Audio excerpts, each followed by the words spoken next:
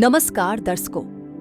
जब अंधकार ने फैलाया अपना साम्राज्य, जब एक भयानक दानव ने मचाई तबाही, तब सत्य, न्याय और पराक्रम का एक योद्धा उठा।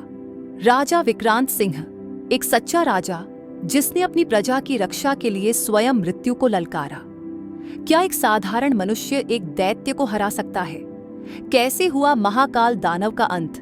देखिए इस महायुद्ध की अद्भुत गाथा, सिर्फ और सिर्फ रोमांचक हिंदी स्टोरी पर। एक सच्चा राजा और दानव का महायुद्ध, तो तैयार हो जाइए क्योंकि कहानी शुरू होती है अभी। बहुत समय पहले की बात है, जब धरती पर सत्य, धर्म और न्याय की विजय होती थी। एक ऐसा राज्य था सत्यगढ़ी, जहां के राजा दत्त विक्रांत सिंह न केवल पराक्रमी योद्धा थे, बल्कि अपनी प्रजा के प्रति प्रेम और दयालुता के लिए भी प्रसिद्ध थे। वे न्यायप्रिय, विद्वान और अजेय थे। सत्यगढ़ राज्य खुशहाल था, लेकिन एक दिन उस पर काले बादल छा गए। दक्षिण दिशा के घने जंगलों में महाकाल दानव नामक एक भयानक राक्षस जाग उठा। ये दानव हजारों वर्षों से सो रहा था, लेकिन किसी पुराने श्राप के कारण उसकी नींद टूट गई थी। उसके जागते ही धरती कांप उठी, नदियां लाल होने लगी और आसमान में गहरी गर्जना गूंज उठी। महाकाल दानव के क्रोध ने आसपास के राज्यों को तहस नहस कर दिया। उसके पास अपार शक्ति थी, वह वायु देवता से भी तेज भाग सकता था। उसकी मुट्ठी से पर्वत भी चकनाचूर हो जाते थे और उसकी आंखों से निकलने वाली ज्वाला किसी भी चीज को भस्म कर सकती थी। जब सत्यगढ़ की सीमाओं पर उसकी छाया पड़ी, तब भय का संचार होने लगा। गांव जलने लगे, नदियां सूखने लगीं और लोगों के मन में दहशत बैठ गई। लेकिन राजा विक्रांत सिंह ने हार नहीं मानी। वे जानते थे कि यह समय उनके पराक्रम और सच्चे राजा की परीक्षा का था।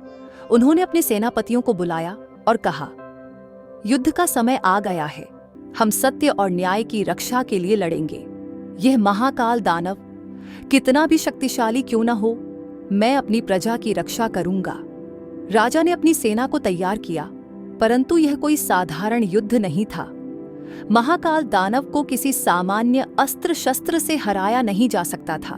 तब राजपुरोहित ने कहा, महाराज, इस दानव को केवल एक दिव्य अस्त्र से हराया जा सकता है, जिसे प्राप्त करने के लिए आपको तपस्या करनी होगी।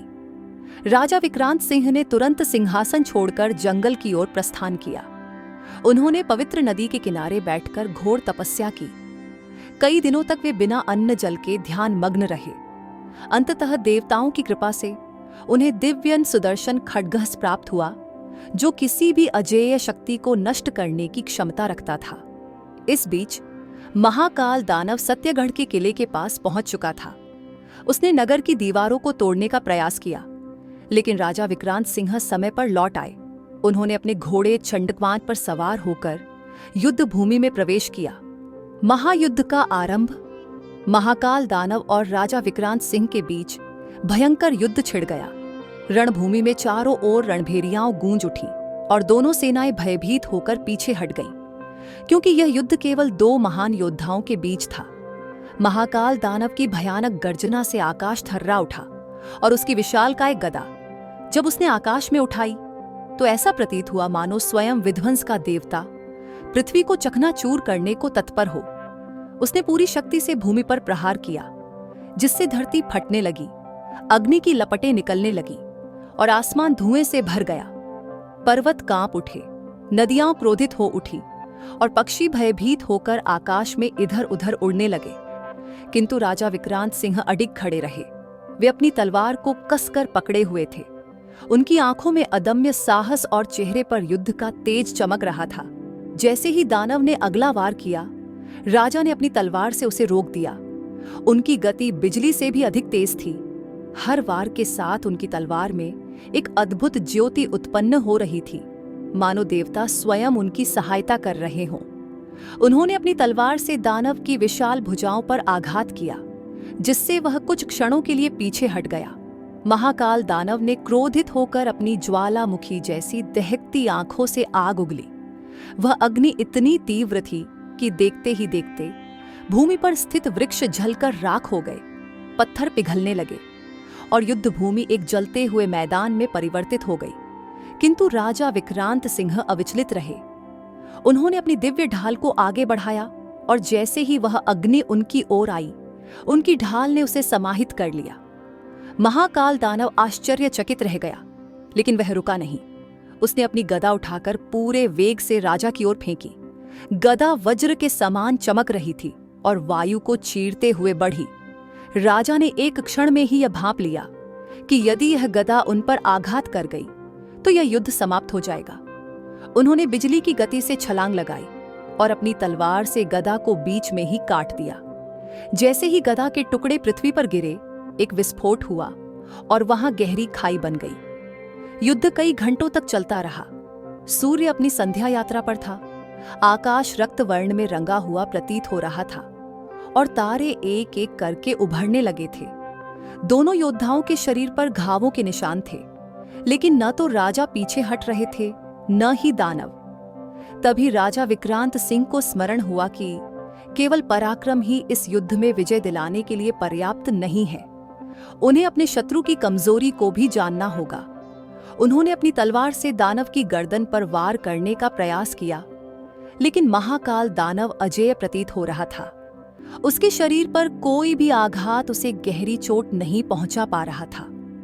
तभी युद्ध भूमि के किनारे खड़े राजपुरोहित ने राजा को संकेत दिया और ऊंचे स्वर में पुकारा, महाराज, इस दानव का हृदय ही इसकी शक्ति का स्रोत है, वहीं पर प्रहार करें। ये सुनते ही राजा की आंखों में आत्मविश्वास की नई चमक आ गई। उन्होंने अपनी समस्त ऊर्जा एकत्र की और अपनी दिव्य खड्ग को दोनों हाथों से कसकर पकड़ा। एक क्षण में वे वायु से भी तेज गति से दानव की ओर उछले। दानव ने उन्हें रोकने का प्रयास किया, लेकिन राजा विक्रांत सिंह का संकल्प अटूट था। एक ही प्रचंड वार में उनकी तलवार महाकाल दानव के हृदय को चीरती चली गई। जैसे ही तलवार ने उसका हृदय भेदा, एक भयंकर चीख आकाश में गूंज उठी। महाकाल दानव की आंखों की ज्वाला बुझ गई। उसके विशाल शरीर में कंपन होने लगा और वह धीरे धीरे जलने लगा। अग्नि की ऊंची ऊंची लपटें उठीं और देखते ही देखते उसका पूरा शरीर राख में परिवर्तित हो गया। युद्ध समाप्त हो चुका था। सत्यगढ़ के लोग हर्षोल्लास में नाचने लगे। राजा विक्रांत सिंह की वीरता के गीत गाए जाने लगे। देवताओं ने भी आकाश से पुष्प वर्षा की। राजा ने घोषणा की, यह विजय केवल मेरी नहीं, बल्कि हर उस व्यक्ति की है जो सत्य, न्याय और धर्म के मार्ग पर चलता है।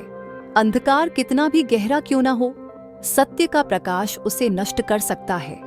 इसके बाद सत्यगढ़ फिर से समृद्ध हो गया और राजा विक्रांत सिंह का नाम सदा के लिए इतिहास के पन्नों में अमर हो गया। यही एक सच्चे राजा की पहचान है, जो प्रजा के लिए अपने प्राणों की आहुति देने को भी तैयार रहे। और इसी तरह सत्य की विजय हुई और एक सच्चे राजा का नाम इतिहास में अमर हो गया। इस महायुद्ध ने हमें सिखाया, जब हम सत्य, न्याय और धर्म के मार्ग पर चलते हैं तो कितनी भी बड़ी बुराई क्यों न हो, वह नष्ट हो जाती है। अगर आपको यह कहानी पसंद आई तो लाइक करें, कमेंट करें और अपने दोस्तों के साथ शेयर करें। ऐसी ही और भी रोमांचक और प्रेरणादायक कहानियों के लिए रोमांचक हिंदी स्टोरी चैनल को सब्सक्राइब करें।